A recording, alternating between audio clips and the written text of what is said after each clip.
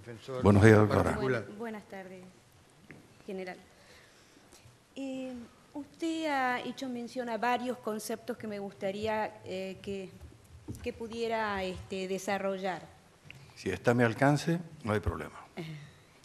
Se ha mencionado la Segunda Guerra Mundial, se ha mencionado la Guerra Fría, usted ha mencionado que comenzó sus estudios sobre ciencia política para conocer las causas de la larga guerra civil argentina.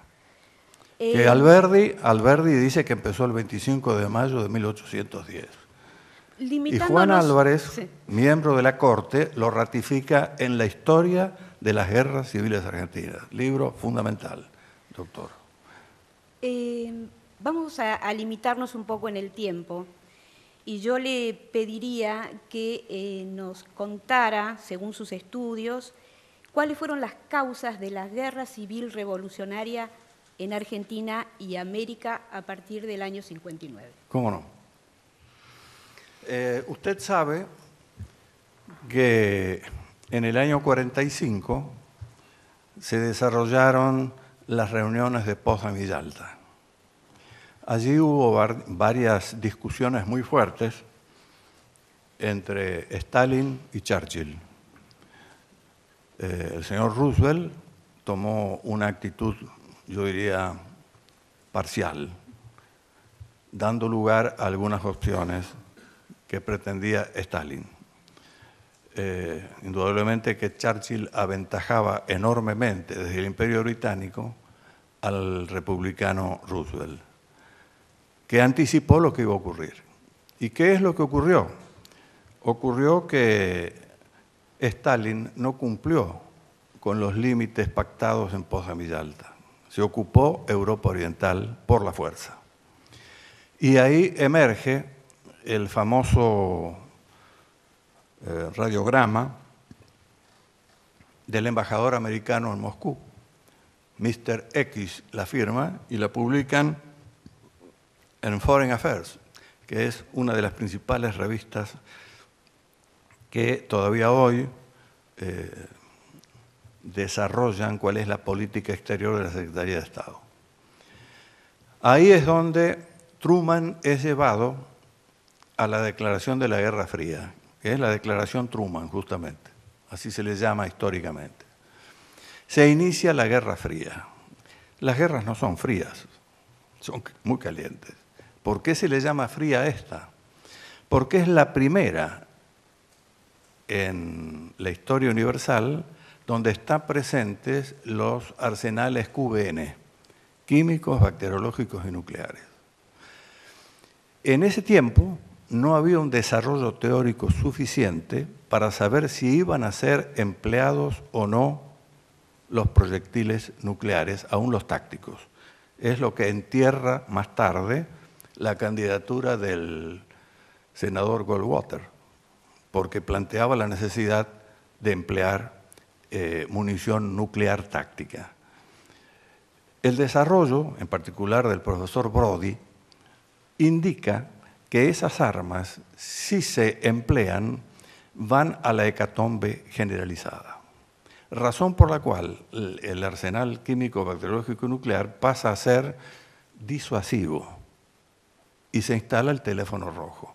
¿Qué significa el teléfono rojo? La comunicación, que es la alternativa a la guerra. Cuando hay diálogo, no hay guerra. La guerra civil es la ausencia del diálogo político. Eso lo explicó claramente el doctor Juan Álvarez en ese libro que recomiendo también, La historia de las guerras civiles argentinas. El doctor Juan Álvarez era candidato a la presidencia de la República y era miembro de la Corte y de la Academia Nacional de la Historia. Ese libro es un libro de tesis. Muy bien, siguiendo con el tema de la Guerra Fría.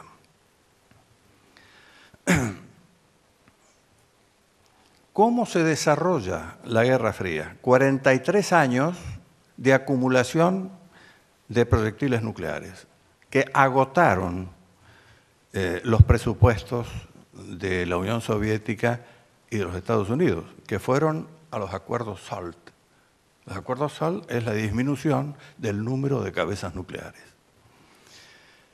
Pero esos primeros 43 años de paz que tiene Europa en su historia no fue lo mismo para los países no nuclearizados, es decir, el hemisferio sur. Entonces, la Unión Soviética, utilizando a La Habana como poder vicario, desarrolla en toda Iberoamérica un proceso revolucionario por aproximación indirecta. Y es ahí donde aparece ese capitán cubano que acaba de citar el señor de traje claro, y tenemos los procesos que se dan en el gobierno de Ilia y los que siguen. Estamos en la quinta campaña del proceso revolucionario. La última campaña es la que acaba de conducir el Foro de San Pablo hasta la muerte del presidente Chávez. El día 4 de agosto, en la última reunión del Foro de San Pablo, se da iniciación a la próxima etapa, que empieza en este año 2014. De esto, la dirigencia argentina no toma nota, por eso nos va a sorprender de nuevo. Ese desarrollo de ese proceso no se da solamente en Iberoamérica, se da en todo África y en todo el sudeste asiático. En el sudeste asiático, Estados Unidos reacciona, porque tiene que contener, y ahí viene la doctrina de la contención, las ideas de Nicholas Spykman, de cercar al oso soviético desde las costas y desde las bases aéreas que se establecen en toda la periferia de la Unión Soviética, incluyendo ahí a una China que tiene capacidad nuclear, pero que está rompiendo su relación con la Unión Soviética y que pasa a ser el tercero en discordia, pero que el que aprovechando la disputa bipolar le dice, el que define la disputa soy yo, porque ustedes estarán todos muertos y yo quedo con los 5 artefactos nucleares para poder prevalecer luego del lanzamiento nuclear. Esto es lo que estabiliza la situación de la Guerra Fría. La Guerra Fría es una situación de disuasión mutua, se llama mutua destrucción asegurada. Esa mutua destrucción asegurada corrió para todo el norte y en todo el hemisferio sur se desarrollaron guerras inéditas, que por supuesto nuestros viejos cuasi estados no comprendieron. 15 años creyendo que era un problema policial y cuando despiertan, movilizan y le ordenan a la fuerza, mañana quiero el éxito, para mañana. Me recuerda al presidente Sarmiento cuando le exigía a sus comandantes de zona de frontera, cuando Mitre entra para voltear la posibilidad de la candidatura de Avellaneda, mañana quiero el fusilamiento de Redondo. Y era imposible. Entonces, esto se ha repetido en la historia argentina, yo diría por desconocimiento. Y estamos en cauce, estamos en rumbo a volver a repetirlo. A partir de allí, la desesperación de los cuasi-estados es tomar experiencias ajenas. Pero se toman experiencias equívocas. La experiencia francesa es la lucha de irregulares no revolucionarios. Son guerras independentistas. Acá hay una diferencia cualitativa enorme. Vuelvo a insistir en la taxonomía de las guerras. No es lo mismo una guerra civil que una guerra internacional. Las guerras civiles son reputadas como las peores guerras, porque son guerras de odios sociales. Es muy difícil cerrarlas, porque una guerra cierra cuando la actitud del agresor cae. Y es evidente, creo que conocido por todos, que la actitud del agresor permanece.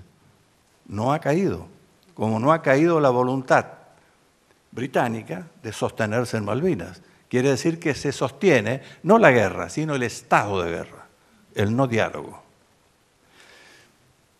Esas recomendaciones de los asesores y los reglamentos que se importaron de las experiencias en el sudeste asiático y en Argelia, luego de la experiencia americana en Vietnam, son experiencias tácticas de procedimientos de combate de último nivel. Nada tienen que ver con lo que dirige a los combates, que es donde fracasa la Argentina. el plano de lo estratégico político. Ahí es donde está el fracaso nuestro. Y es donde todavía no hemos podido hacer nada, por carencia de politólogos especializados en el problema de la guerra. Es decir, algunos tienen que empezar a estudiar la polemología. Mao decía que la guerra es política con sangre y que la política es guerra sin sangre, ¿no? Había tomado la idea de Clausewitz y la dio vuelta para dirigirse a los oficiales de guerrilla en la larga marcha. Y les decía esto, eso tiene que ser entendido. Y entonces, ahora que hemos llegado a una situación crítica, es posible que pueda arribarse a un diálogo y a la pacificación nacional, que está producida por ese tipo de agresión que no se vio. ¿Por qué? Porque era desconocida. Es como aquel que dice, yo melón no como. ¿Por qué? Porque nunca lo comí antes, entonces tengo miedo. Y bueno, había algo nuevo y nadie se animaba a decir la verdad. Había un problema interno duro de confrontación política, entonces se achacaban unos a otros que la culpa es del otro, y el problema era muy superior, era algo que derivaba de la situación internacional en curso. Esa Guerra Fría termina con la caída del muro en el 89 y la implosión soviética en el 91. Ahí termina. Es el momento en que Yeltsin expulsa al Partido Comunista de Moscú. Y se inician 10 años de posguerra fría que trae una enorme confusión en la dirigencia neomarxista, que normalmente está asentada en las universidades, donde sale la clase dirigente. Este es el planteo central que me sugiere su pregunta. Gracias. Vinculado a esto que nos venía comentando, general, la conducción de esa guerra civil revolucionaria, ¿dónde se ubicaba en el mapa mundial? En punto cero. Punto cero está a escasos kilómetros al norte de La Habana. Ahí estaba el eje de conducción estratégica de todo el continente. No había plan que se desarrollara. Esto está dicho por los propios, lo van a encontrar en Enrique Díaz Araujo, está dicho por los propios jefes de columna. No había plan a ejecutar que no fuese primero aprobado por esa dirección general. ¿Qué es el nivel estratégico? Es la dirección de lo táctico. El táctico es el combate, lo estratégico es la batalla. La Argentina nunca dio batalla, porque no tenía plano estratégico. Estaba directamente dirigido al combate. Por eso hay una grave confusión, inclusive entre militares, donde dicen ganamos la guerra. La guerra no fue ganada porque está abierta. Las guerras se cierran cuando la actitud hostil del agresor cesa, y no ha cesado. Entonces la guerra, el estado de guerra está abierto. Lo que han cesado son los combates, pero son niveles diferentes. Combate táctico, batalla estratégica, guerra política. Son planos diferenciados, pero todos unidos. Por eso hay un solo comandante, es el presidente de la República, el comandante jefe de las fuerzas.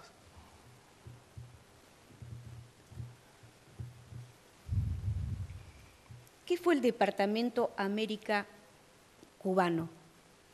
¿Qué es? ¿Qué es? Es un órgano que se creó para poder conducir este tipo de operaciones. Ahí es donde yo le digo que usted va a encontrar en el libro El horror y el delirio los detalles de cómo se conducía. Hoy está reemplazado por el Foro de San Pablo y el Foro de Porto Alegre. Estas distintas organizaciones armadas, bueno, cae como conclusión de lo que usted viene exponiendo, pero quisiera que lo dijera expresamente si esto es así. Estas distintas organizaciones armadas guerrilleras, MIR, ERP, FARC, Tupamar... Había 17. 17.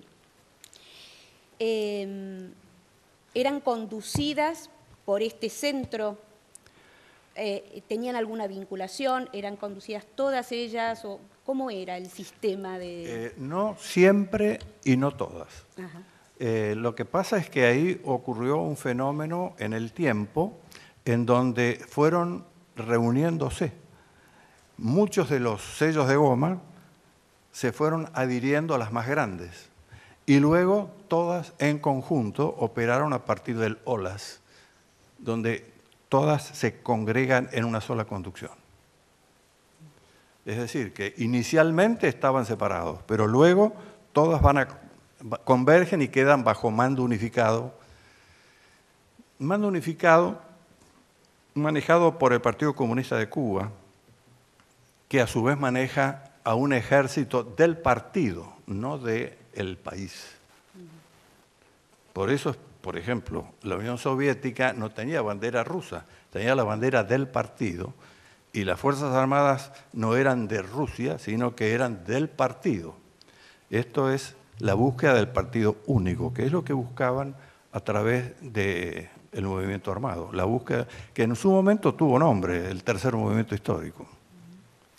¿Esa unificación, en qué año esa unificación de la conducción de estas Fue una cuestión, no hay un año, fue una cuestión progresiva que fue cambiando de organización. Las 17 organizaciones las va a encontrar descriptas por Díaz Araujo. Gracias.